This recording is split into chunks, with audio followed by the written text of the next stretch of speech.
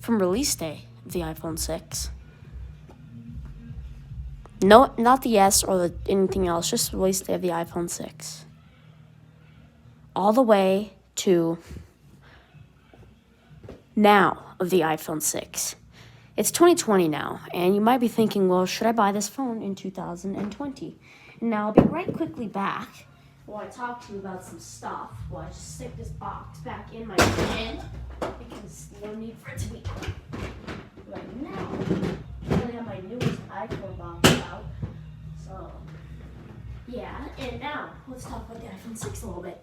So this phone has the A8 Bionic, or I think it's just the A8 chip. Well, I can let you guys see this password. You can't do anything with it.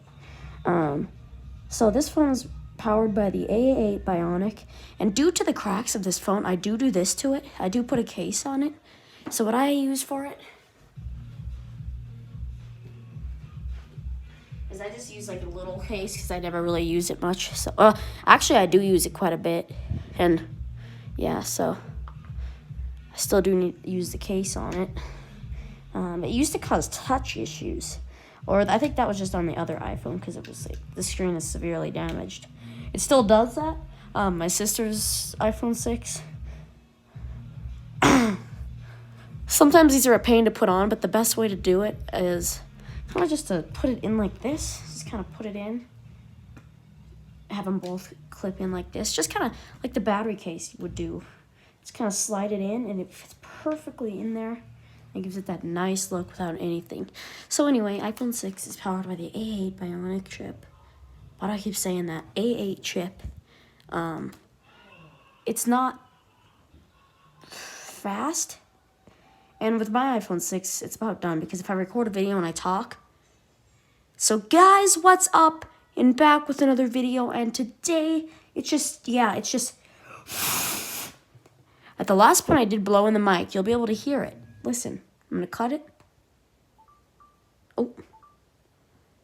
No, we're going to go to that video. So, excuse me. Okay. Volume full, and you can just hear static until I blow in the mic. Listen. And then I was talking again. You could even see it, but there was no audio. And that's with the front facing too. So what I do is I use a different camera app. I actually use this app. It takes longer to load, but I mean I have to. And then if I record a video, the video will record. So if I'm talking and I end the video, I'll go to view the video. The video will record. So if I'm talking and I end the video, it does work. Now, also, when you're in a FaceTime audio, when I'm in a FaceTime audio call with anybody, oh no, who did I just call? Oh no.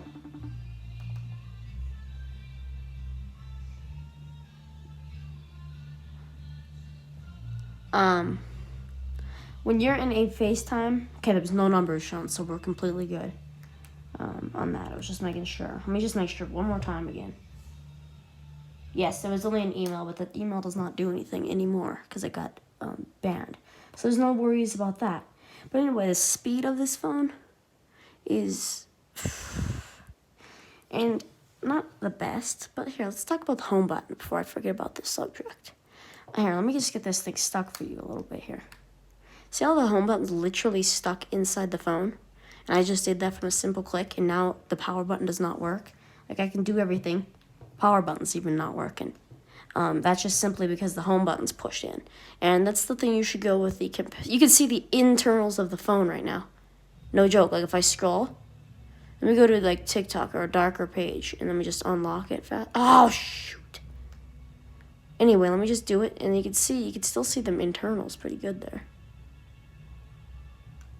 I shut it off. I just unlock the phone. See, they're not as noticeable because it's... Whoa. Okay. So this is coming to my conclusion that you should have a phone with a capacitive home button.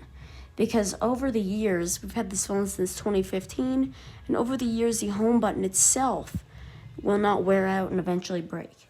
But if it does break, same with the power button, all you got to do is go to your settings. Then you'll want to head to your general, then accessibility. If you're on iOS 13 or above, it's just right here, but you wouldn't have one of these home buttons, so you would have no worries of it getting stuck. But if it just does stop working, here's how to do it. Go to accessibility, you go down to your shortcut, you turn on assistive touch. Now when assistive touch is on, this one was a huge bug where assistive touch is not showing up at this point. So I think what I gotta do is go, see, there's just no assistive touch appearing. But, oh, here we go, triple click. Okay, so see how it says home? This is your home button. If I press home, it just acts like there's an actual home button there. If I double click home, it brings me to app switcher. I can click device and lock screen, which will completely lock my screen. To take a screenshot if both of your buttons are broken, simply this is all you'd do. You'd tap it, you'd hit device, and you'd, okay, so if both of them are broken, there's another option. There's a lot more steps though. You gotta tap this, then you gotta click your device. What I kind of do is I just click the home button and the lock button, which will also take a screenshot. If my home button or my lock button was broke, but they both work on this phone. But anyway, if both of them are broken on your iPhone, just keep hitting that and then hit more, and then there's actually a screenshot option, which will allow you to take a screenshot on your iPhone. But I don't need that, so we're gonna shut that off, and we're gonna completely turn it off in settings, just because it speeds the phone up. So yeah, battery life, as you've seen, it went from 15 to 8 in about 6 minutes of recording this video. No joke. I'll even literally take a picture for you right now. As you see, exactly 7 minutes and 6 seconds. Literally, 7 minutes and 6 seconds. No, 7 minutes, 0.6. So, yeah. And the battery's already dropped that much. I wouldn't be surprised if it dies right in this video. But currently, these scrolling in stock apps is okay. But if I go to App Store on this phone, look how long it takes to load. Now, my Wi-Fi connection is pretty fast, so this might be different from other people. Yeah, see how fast that actually loaded? Actually, my internet is very good, so that's probably why these phones are not bad on my network. But some people's internet are very bad, and it just takes, like, really long. So that's the good thing about having a new iPhone as well. It just loads way faster. But on this phone, YouTube's taken its literal time. As you've seen, it took a good while. RAM is not the best on here, so if I do a lot of extensive tasks, I've run Geekbenches and all that stuff, but if I just literally spam or do anything like that, or just like do something and then go back to, see that? And it just did that, and then the camera app already crashed. It reloaded. So it's just really, see, YouTube took a couple seconds just to unfreeze. So I do not recommend anything above, even the 6S at this point. Oh, there we go, 6%. Now this okay, let me explain. This battery, I don't know how it's maintained, but we replaced this back in good 2018, and it's still at 100. And it's got like 480 cycles. So, I mean, it's not too bad. My 11 Pro Max itself is at 88%, and it's had the same amount of cycles. Exactly, actually. I checked yesterday. Exactly the same amount. We're already at a good 5. 1 second.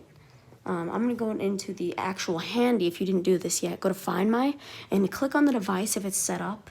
I'm not going to show it for the purposes of... here, let me just go to kind of like a random location here, so you don't even know where I'm at. And then as you can see, it says iPhone. Oh, shoot. Okay, luckily I didn't have the pop-up there. 1 sec. So let me just go to a random place so you guys don't know my location.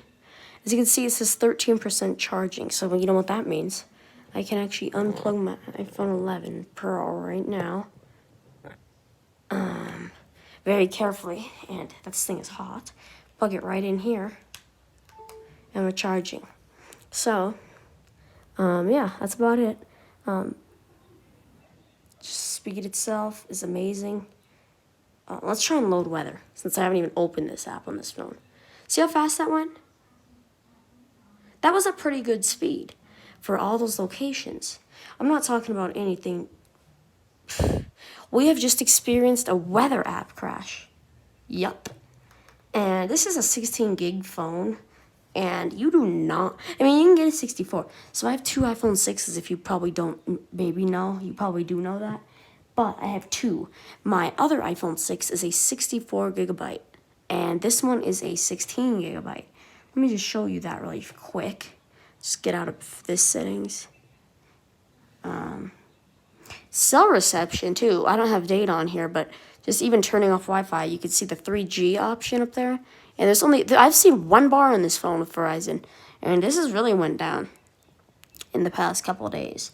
So anyway, yeah, storage on this device, 12.5. And do you know how much 16 gigs is? You could be recording an hour video, and if there's a lot of detail in that video, it could easily be 16 gigs. So if you unbox this phone, get it right out of the box, you're all excited with 16 gigs, you're going out to everyone, I have a 16 gigabyte phone. I'm sure you don't. I'm sure you have an 8 gigabyte phone. Well, don't be too excited. They really shouldn't be excited if they have an 8 gigabyte phone, but you shouldn't either. I'm just making up a random story. But you shouldn't either, because 12 gigs, this is simply used by these applications. Simply, these are just downloaded from the cloud, so these take no storage. And then we got these applications. YouTube, speed test, and whatever this is, Spectrum TV, Days, and Roblox.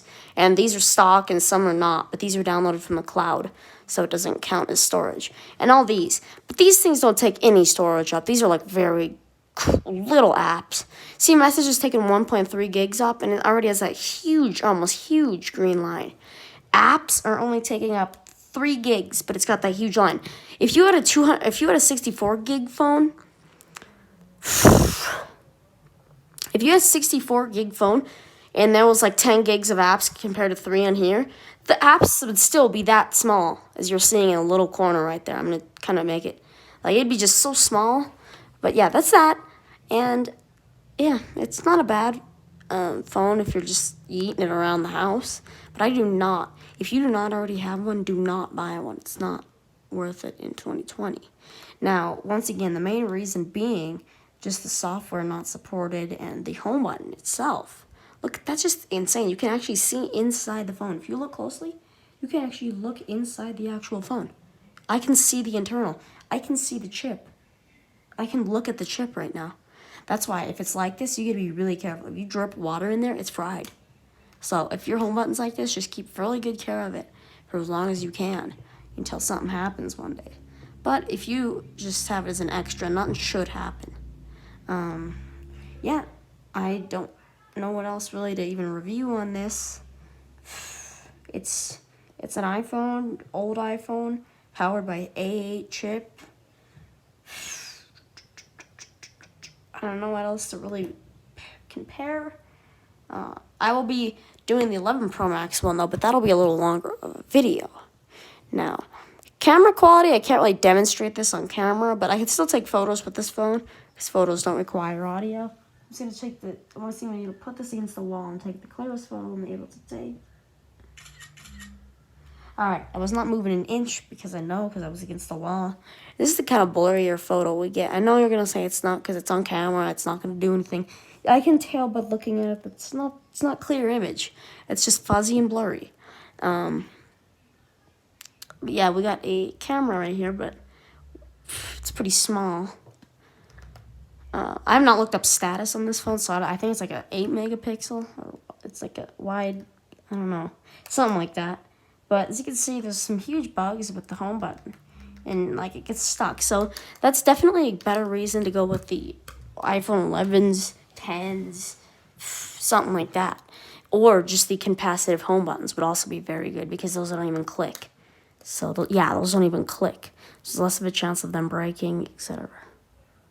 So when you're going to view it on cam and then you look at it, the flashlight can give a very gleamy look, like that's what you want to hear. Look at that. It's just pretty bright. It's pretty bright. I'm putting it as close as I can so the contrast is the lowest it'll get. It's definitely a very bright flash. As you can see, it's even penetrating my camera a little bit. But that's a flashlight. Obviously, it's going to be pretty bright. So you can see I'm kind of shining it at the table and all that right now. Looking at the camera, and it's pretty bright. You can definitely tell. And that's full brightness on the flashlight, too. The iPhone's display is at current full brightness as well. Internet speed test, I guess. Let's just first go to Google. Google.com. Now, Google loads instantly on new phones, and so does Apple. So let's go to Apple. Apple.com. Okay, it wasn't too bad. Yeah. Wasn't too bad.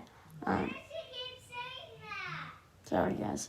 That's about it. As you can see, it doesn't charge that fast either. It only went up to 13%. So, and I'm using a,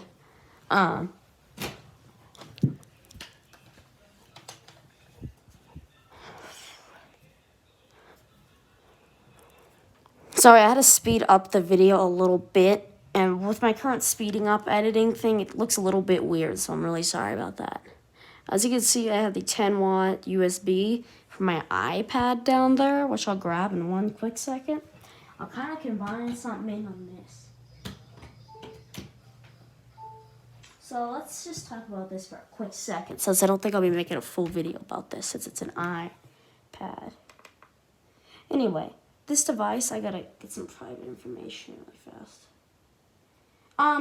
Anyway, this device is a very good device still. This is the iPad 5th generation, and we have a lot of ports, speakers, and all that. I have all my games. Oh, we just experienced a freeze. So if you keep doing this, you can get iOS 14 freezes.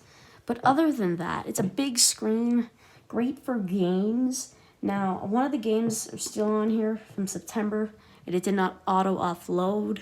So my iPhone 11 itself is actually at 10% now, so whatever that said, we're going to load into the game real fast. I'm going to get a more advanced game has been detected. What? Okay, whatever. Free mode we're going to do, and I'm just going to show you a little example of this. So I go to the menu, and I use the device, like, move thing to control my games. But this is actually a very smooth experience on the iPad 5th gen. Now, my sister has an iPad 7, and there is a difference, you can tell, when internet speeds and load times. But if you're just the person that wants to go quick game, some light gaming tasks, or heavy gaming tasks, this device is still going to cut it for you. As you can see, I'm currently doing a lot of screen refreshment, and the battery is not even completely on full capacity charge. So anyway, just resuming and running the game smooth as possible. And yeah, I don't think I have any other games on here I could test. Panther, but I mean that's not really like Asphalt 9, but that's not that. That's offloaded. Yeah, let's hit App Store in here quick. Okay, it took a bit actually. Let's go to refresh our updates. We have one update for TikTok, so let's just hit update all and see how fast we can update an application. On my Wi-Fi network, obviously. Already on the loading, and it's actually going pretty fast. Installation usually takes a little longer, as you can see right here. Let's see.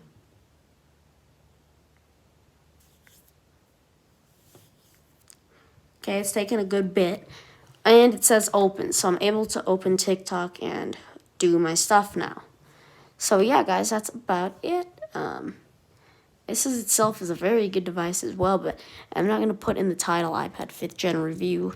I probably will do one of these since it is an iPad. I'll probably do also 7th generation, which is obviously a very good one still, because it's obviously then 8th gen just got released. Oh, and it's still a very good device. But this is it for now. Out. Ugh.